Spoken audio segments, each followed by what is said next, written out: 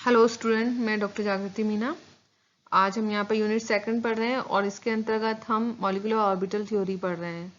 Molecular orbital theory को ही आज हम कंटिन्यू करेंगे और आज हम इसका लेक्चर 4 देखेंगे, जिसके अंतर्गत हम बोरोन, कार्बन, नाइट्रोजन और ऑक्सीजन इनके आणविक कक्षक आरेख देखेंगे, इनका बॉन्ड ऑर्डर देखेंगे, बॉन्ड एनर्जी क्या होती है, इनकी बॉन्ड लेंथ क्या होती है, कितनी होती है, ये सब हम देखेंगे। तो चलिए स्टार्ट करते हैं। B2 अणु यानी कि बोरोन का अणु।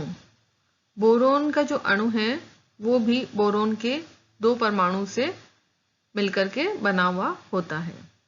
बोरोन का electronic configuration 1s2 2s2 2p1 है और 2 1s एटॉमिक ऑर्बिटल के संयोग से 2 molecular orbital sigma 1s bonding और सिग्मा 1s एंटी बॉन्डिंग बनते हैं।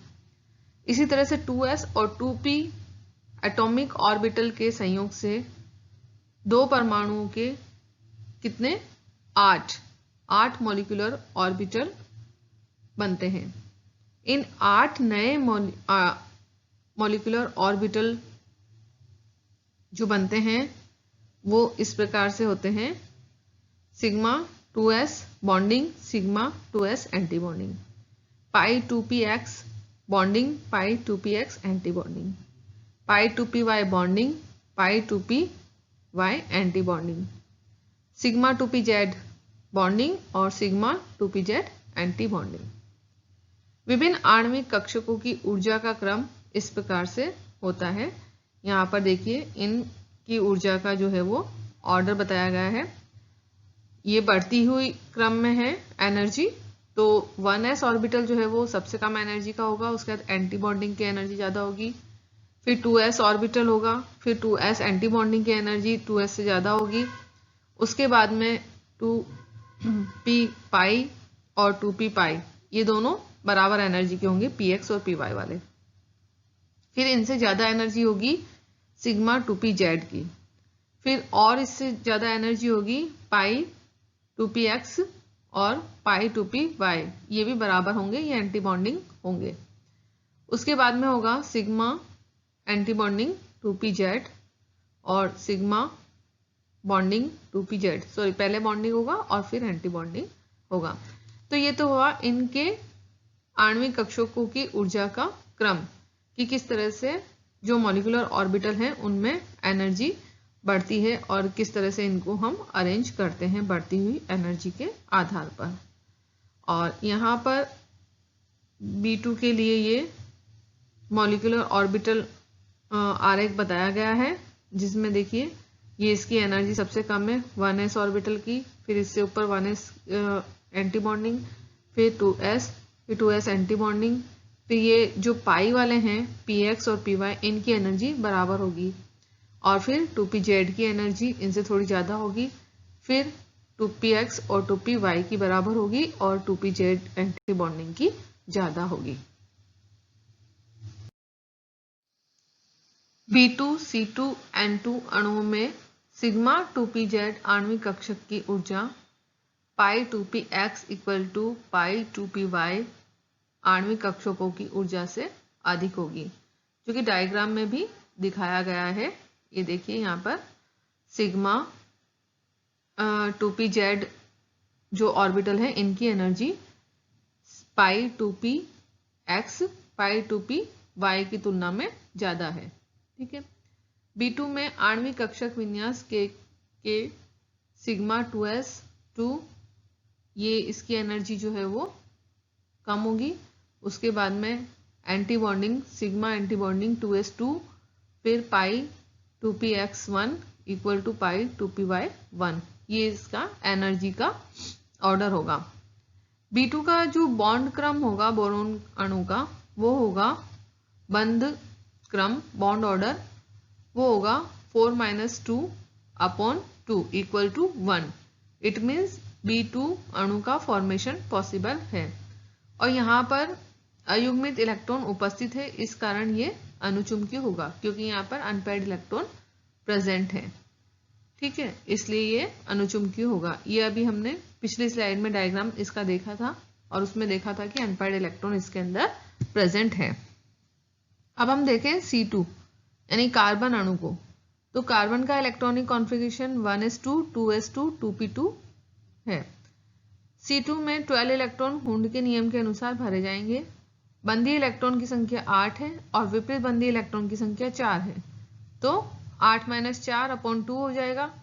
तो जो बॉन्ड ऑर्डर होगा वो कितना होगा, 2 आएगा।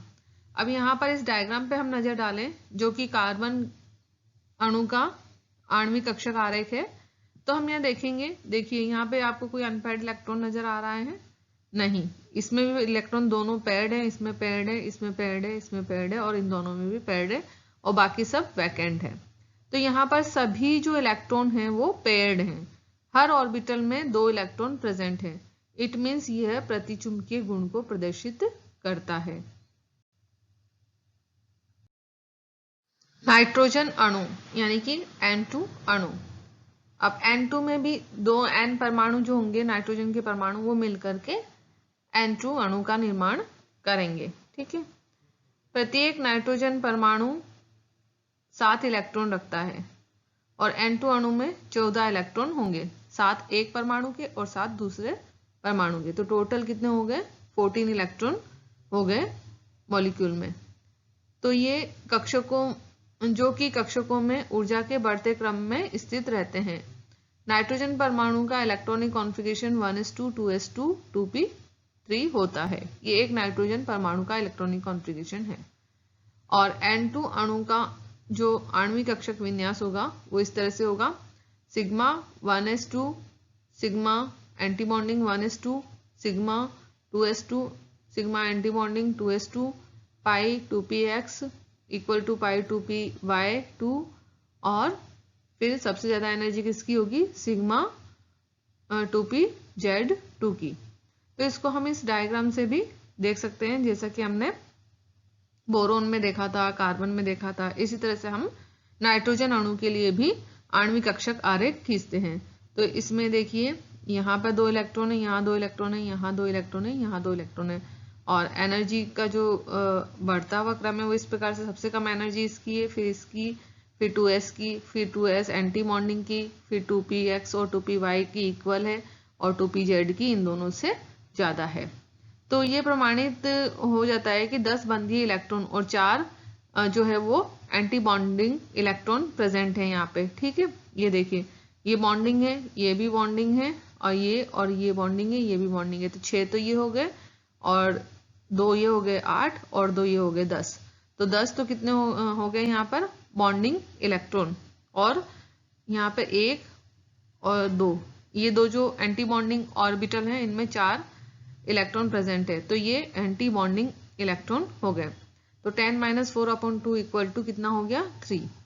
तो बंद क्रम बंद ऊर्जा के अधिकतम मान को समझाता है। बंद ऊर्जा का प्रायोगिक मान 945 किलो जूल पर मोल है। क्योंकि नाइट्रोजन में सभी इलेक्ट्रॉन युग्मित है तो ये कैसा होगा, ये प्रतिचुंबकीय होगा, क्योंकि सारे इलेक्ट्रॉन क्या है, पेयर्ड है। अगर अनपेयर्ड होते, इसमें कोई इलेक्ट्रॉन अनपेयर्ड होता तो ये कैसा होता, अनुचुंबकीय होता। लेकिन यहाँ पर ऐसा नहीं है, यहाँ पर सारे इलेक्ट्रॉन देखिए, ये पेयर्ड है, ये पेयर्ड है, ये पेयर्ड है, सारे इलेक्ट्रॉन यहाँ पर पेयर्ड है, इसलिए ये क्या है, प्रतिचुंबकीय है। अब हम बात करेंगे ऑक्सीजन की। ऑक्सीजन अणु, ऑक्सीजन का इलेक्ट्रॉनिक जो कॉन्फ़िगरेशन होता है वो होता है 1s2 2s2 2p4। तो यहाँ पर हर ऑक्सीजन परमाणु के पास में 8 इलेक्ट्रॉन होते हैं और 2 ऑक्सीजन परमाणु आपस में संयोग करके एक ऑक्सीजन अणु का निर्माण करते हैं। तो O2 जो अणु है उसके पास में टोटल कितने इलेक्ट्रॉन हो गए, 16 इलेक्ट्रॉन हो गए। अब O2 का इलेक्ट्रॉनिक कॉन्फ़िगरेशन जो है वो क्या होगा, वो इस तरह से होगा। देखिए इलेक्ट्रॉनिक कॉन्फ़िगरेशन को हम इस तरह से लिखेंगे, यहाँ पर O2 equal to sigma 1s में 2 electron, sigma anti bonding 1s में 2 इलेक्ट्रॉन, सिग्मा 2s में 2 इलेक्ट्रॉन, सिग्मा 2s में जो एंटी बॉन्डिंग है उसमें 2 इलेक्ट्रॉन, फिर 2pz में 2 इलेक्ट्रॉन है और पाई 2px में 2 इलेक्ट्रॉन है और पाई 2py में भी 2 इलेक्ट्रॉन है। और इनको हमने एनर्जी के बढ़ते हुए क्रम में लिख दिया है, जो कि हम यहाँ पे डायग्राम से आराम से देख सकते हैं। ठीक है, ये O2 अणु के लिए आणविक कक्षक आरेख है। अब यहाँ पर ये बात ध्यान देने वाली है कि वहां पर हम देख रहे थे कि ये 2px और 2py जो है इनकी एनर्जी कम थी कार्बन तक, ठीक है, लेकिन जैसे ही हम ऑक्सीजन परमाणु पे आते हैं तो इनकी एनर्जी क्या होती है, बढ़ जाती है और इनको हम ऊपर शो करते हैं, और 2pz की एनर्जी कम हो जाती है और इसको हम नीचे की तरफ शो करते हैं। तो ये यहाँ पर डिफरेंस आ जाता है। बाकी हाइड्रोजन से लेकर कार्बन तक ये जो पाई ऑर्बिटल हैं px और py वाले, इनकी एनर्जी कम होती है, लेकिन ऑक्सीजन के बाद वाले जितने भी एलिमेंट हैं उनमें इनकी एनर्जी बढ़ जाएगी। ऑक्सीजन अणु के इलेक्ट्रॉनिक विन्यास से स्पष्ट हो जाता है कि 10 इलेक्ट्रॉन तो है वो कैसे हैं, बॉन्डेड है, ठीक है, वो बॉन्डिंग मॉलिक्यूलर ऑर्बिटल में प्रेजेंट है, और 6 इलेक्ट्रॉन जो है वो एंटी बॉन्डिंग मॉलिक्यूलर ऑर्बिटल में प्रेजेंट है। तो इनका जो बॉन्ड ऑर्डर होगा वो होगा 10-6/2 इक्वल टू 2 हो जाएगा। तो इट मीन्स यहाँ पर ऑक्सीजन अणु का फॉर्मेशन पॉसिबल है। अतः O2 अणु में 2 सहसंयोजक बंध बनते हैं। क्यों? क्योंकि जो बॉन्ड ऑर्डर है उसकी वैल्यू कितनी आ रही है, यहाँ पर 2 आ रही है, तो 2 आ रही है। इसका मतलब है कि 2 ऑक्सीजन परमाणु के बीच में 2 कोवलेंट बॉन्ड बनते हैं, एक सिग्मा बॉन्ड होगा और एक पाई बॉन्ड होगा। O2 की bond dissociation energy 495 kilo joule per mole होगी, और जो बॉन्ड लेंथ है वो होगी 121 pm। ऑक्सीजन अणु के आणविक कक्षक चित्र से स्पष्ट है कि इसमें पाई स्टार 2px1 व पाई स्टार 2py1 आणविक कक्षक में 2 अयुग्मित इलेक्ट्रॉन उपस्थित हैं, ठीक है। अगर हम इसका डायग्राम देखें तो यहाँ पर हम देख सकते हैं कि यहाँ पे ये देखिए अनपेयर्ड इलेक्ट्रॉन प्रेजेंट है। अब O2 अणु में अनपेयर्ड इलेक्ट्रॉन प्रेजेंट है, इसलिए ये अनुचुंबकीय गुण को प्रदर्शित करेंगे, और इस प्रकार आणविक कक्षक सिद्धांत O2 में चुंबकीय गुणों को सफलतापूर्वक समझा सकता है, जिसे हम संयोजकता बंध सिद्धांत या वीवीटी थ्योरी द्वारा नहीं समझा पाए थे। तो यहाँ पर मैग्नेटिक बिहेवियर को हम इस तरह से समझा सकते हैं कि इसमें 2 अनपेयर्ड इलेक्ट्रॉन प्रेजेंट है, इसलिए ये अनुचुंबकीय है, ठीक है। ऑक्सीजन अणु आयन O2+, यहाँ पर यह आयन O2 अणु में से एक इलेक्ट्रॉन के निकल जाने पर बनता है। ये हम सबको पता है कि अगर प्लस आयन बनेगा इसका मतलब है कि उस अणु में से या उस परमाणु में से एक इलेक्ट्रॉन रिमूव हो रहा है। O2 के आणविक कक्षक चित्र से स्पष्ट है कि इलेक्ट्रॉन विपरीत बंधी आणविक कक्षक से निकलता है, जो कि पाई स्टार 2px या पाई स्टार 2py दोनों में से कोई सा भी हो सकता है। O2+ आयन का इलेक्ट्रॉनिक विन्यास जो है वो इस तरह से हो जाएगा। इसमें 1s में 2 इलेक्ट्रॉन, 1s एंटी बॉन्डिंग में 2 इलेक्ट्रॉन, 2s और 2s एंटी बॉन्डिंग दोनों में 2-2 इलेक्ट्रॉन, सिग्मा 2pz में 2 इलेक्ट्रॉन, पाई 2px में 2 इलेक्ट्रॉन, पाई एंटी बॉन्डिंग 2py में 2 इलेक्ट्रॉन और पाई 2px में 1 इलेक्ट्रॉन। और इसका जो बॉन्ड ऑर्डर है वो कितना होगा, 10-5/2 इक्वल टू 2.5। ये इसका बॉन्ड ऑर्डर हो जाएगा किसका, ऑक्सीजन अणु आयन का या O2+ का। क्योंकि O2+ का बंध क्रम O2 के बंध क्रम से अधिक है, तो इसकी बंध लंबाई O2 अणु से कम होगी, क्योंकि मैंने आपको बताया था कि बॉन्ड ऑर्डर और जो बॉन्ड लेंथ है वो एक दूसरे के क्या होती है, इनवर्सली प्रोपोर्शनल होती है, एक बढ़ती है तो एक कम होती है। तो यहाँ पर बॉन्ड ऑर्डर की वैल्यू O2+ का जो बॉन्ड ऑर्डर है उसकी वैल्यू अधिक है, तो इसकी बॉन्ड लेंथ जो है वो कम हो जाएगी O2 से। बंध वियोजन ऊर्जा O2 अणु से अधिक होती है, इसकी बंध लंबाई 112 pm और बंध वियोजन ऊर्जा 625 किलो जूल पर मोल होती है। साथ ही अयुग्मित इलेक्ट्रॉन उपस्थित होते हैं और इसलिए ये अनुचुंबकीय गुण को प्रदर्शित करते हैं। अब देखते हैं O2- आयन या सुपर ऑक्साइड आयन। यह आयन O2 अणु में एक इलेक्ट्रॉन के जुड़ने से बनता है, ठीक है। अगर पॉजिटिव आयन बनेगा तो एक इलेक्ट्रॉन निकलेगा, नेगेटिव आयन बनेगा तो एक इलेक्ट्रॉन जुड़ेगा। यह अतिरिक्त इलेक्ट्रॉन पाई स्टार 2px या पाई स्टार 2py में से किसी एक विपरीत बंधी आणविक कक्षक में जाता है, या तो 2p(x) में जाएगा या 2p(y) में जाएगा, लेकिन कौन से में जाएगा? एंटी बॉन्डिंग मॉलिक्यूलर ऑर्बिटल में। अतः O2- का इलेक्ट्रॉनिक विन्यास जो है वो इस तरह से हो जाएगा, सिग्मा 1s में 2 electron, sigma 1s anti bonding में 2 इलेक्ट्रॉन, सिग्मा 2s और 2s बॉन्डिंग और एंटी बॉन्डिंग दोनों में 2-2 इलेक्ट्रॉन, सिग्मा 2pz में 2 इलेक्ट्रॉन, पाई 2px में 2 इलेक्ट्रॉन, पाई 2py में 2 इलेक्ट्रॉन, पाई एंटी बॉन्डिंग 2px में 1 इलेक्ट्रॉन, पाई 2py एंटी बॉन्डिंग में 1 इलेक्ट्रॉन। अब इसका हम बॉन्ड ऑर्डर निकालेंगे। तो इसका बॉन्ड ऑर्डर कैसे निकलेगा? इसका बॉन्ड ऑर्डर में देखिए जो 10 इलेक्ट्रॉन है वो तो है बॉन्डिंग ऑर्बिटल में, तो ये बॉन्डेड और इलेक्ट्रॉन हो जाएंगे, और एंटी बॉन्डिंग मॉलिक्यूलर ऑर्बिटल में 7 इलेक्ट्रॉन हैं। यहाँ हम इस डायग्राम से भी देख सकते हैं 1 2, 2 तो यहाँ हो गए, और ये 2 हो गए 4 5 6 7 8 9 10, तो 10 तो हो गए बॉन्डिंग मॉलिक्यूलर ऑर्बिटल में, ठीक है, और 7 हो जाएंगे 2 2 4 5 6 और 7, ठीक है। तो यहाँ पर 7 हो गए एंटी बॉन्डिंग मॉलिक्यूलर ऑर्बिटल में।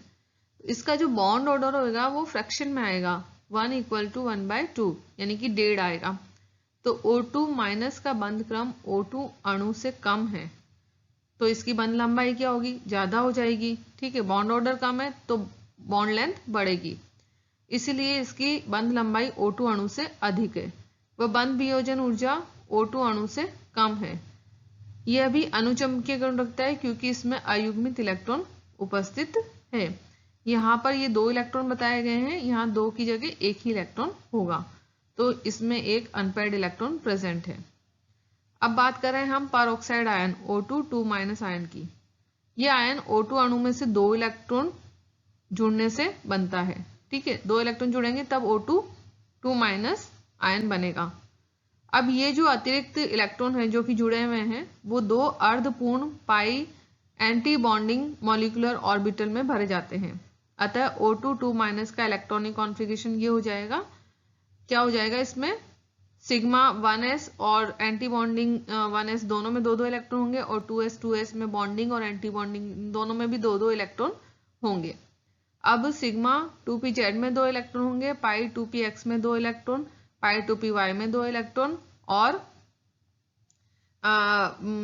पाई एंटी बॉन्डिंग 2px में 2 इलेक्ट्रॉन और पाई एंटी बॉन्डिंग 2py में 2 इलेक्ट्रॉन। यहाँ पर 2 इलेक्ट्रॉन ही रहेंगे।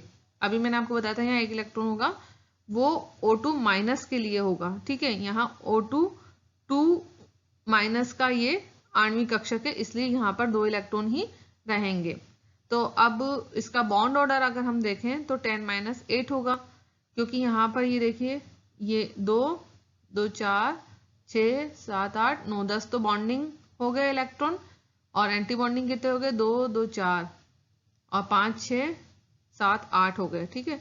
अगर यहाँ पे O2- होता तो यहाँ पर 1 इलेक्ट्रॉन हो जाता, इसलिए एंटी बॉन्डिंग में क्या होगा? 7 इलेक्ट्रॉन होंगे, किसमें? O2- में। लेकिन O2 में यहाँ 1 इलेक्ट्रॉन बढ़ गया तो 8 हो गए एंटी बॉन्डिंग में, तो 10-8/2 इक्वल टू कितना हो जाएगा? 1 हो जाएगा। अब क्योंकि इसका बंध क्रम बॉन्ड ऑर्डर O2 अणु से कम है, अब देखो बॉन्ड ऑर्डर कम है तो क्या होगा? बॉन्ड लेंथ अधिक हो जाएगी, और जो बॉन्ड डिसोसिएशन एनर्जी है वो कम होगी, और इसमें अनपेयर्ड इलेक्ट्रॉन उपस्थित नहीं है, और इस कारण ये प्रतिचुंबी हो गए हैं। देखिए किसी कहीं भी अनपेयर्ड इलेक्ट्रॉन उपस्थित नहीं है, सारे ऑर्बिटल जो है वो पूरे भरे हुए हैं, हर ऑर्बिटल में 2-2 इलेक्ट्रॉन प्रेजेंट है। तो इसका मतलब सारे इलेक्ट्रॉन पेयर्ड है, तो ये O2 जो है वो क्या होगा? प्रतिचुंबकी होगा। लेकिन O2- में यहाँ पर 1 इलेक्ट्रॉन कम हो जाएगा, 1 इलेक्ट्रॉन अनपेयर्ड रहेगा, इसलिए ये बताया था कि O2- जो है वो उसमें एक अयुग्मित इलेक्ट्रॉन होता है, और इसलिए ये अनुचुंबकीय होता है। और O2 जो है इसमें अयुग्मित इलेक्ट्रॉन नहीं होते, इसलिए ये प्रतिचुंबकीय होता है। तो इस लेक्चर में हमने और कुछ होमोन्यूक्लियर डायटोमिक ऑर्बिटल्स के मॉलिक्यूलर ऑर्बिटल आरेख देखे, और उससे हमने ये बात भी समझाई कि ये प्रतिचुंबकीय होंगे या अनुचुंबकीय होंगे। तो इस लेक्चर में हमने बोरोन, कार्बन, नाइट्रोजन, ऑक्सीजन का अणु और सुपर ऑक्साइड, पर ऑक्साइड, ठीक है, इन सब के बारे में पढ़ा। जो ऑक्सीजन के हमने सुपर ऑक्साइड, पर ऑक्साइड या उसके जो आयन मैंने बताए हैं आपके O2+, O2-, O2-2-, तो इनसे रिलेटेड काफ़ी सारे क्वेश्चंस जो हैं वो बनते हैं और ये क्वेश्चंस एग्जाम्स में भी आते हैं कि ऑक्सीजन अणु जो है उसकी बॉन्ड लेंथ ज़्यादा क्यों होती है या इसका बॉन्ड एंगल इतना क्यों होता है। इस तरह से मतलब वाई नोट वाले क्वेश्चन ज़्यादा इसमें से बनते हैं, या इसका बॉन्ड ऑर्डर का क्रम पूछा जा सकता है, या फिर इसका जो एनर्जी है उसका क्रम पूछा जा सकता है कि आप इस जो ऑक्सीजन के आयन्स हैं इनको बढ़ती हुई एनर्जी के क्रम में लगाइए या इनके स्थायित्व के क्रम, बढ़ते हुए स्थायित्व के क्रम में लगाइए, कौन सा जो ऑक्सीजन का आयन है वो ज़्यादा स्थायी होगा। तो इस तरह के क्वेश्चंस इसके अंदर से आते हैं। तो आपको जो इस लेक्चर में मैंने जितने भी एटम्स के मॉलिक्यूलर ऑर्बिटल आरेख समझाए वो सब समझ में आ गए होंगे। Thank you so much.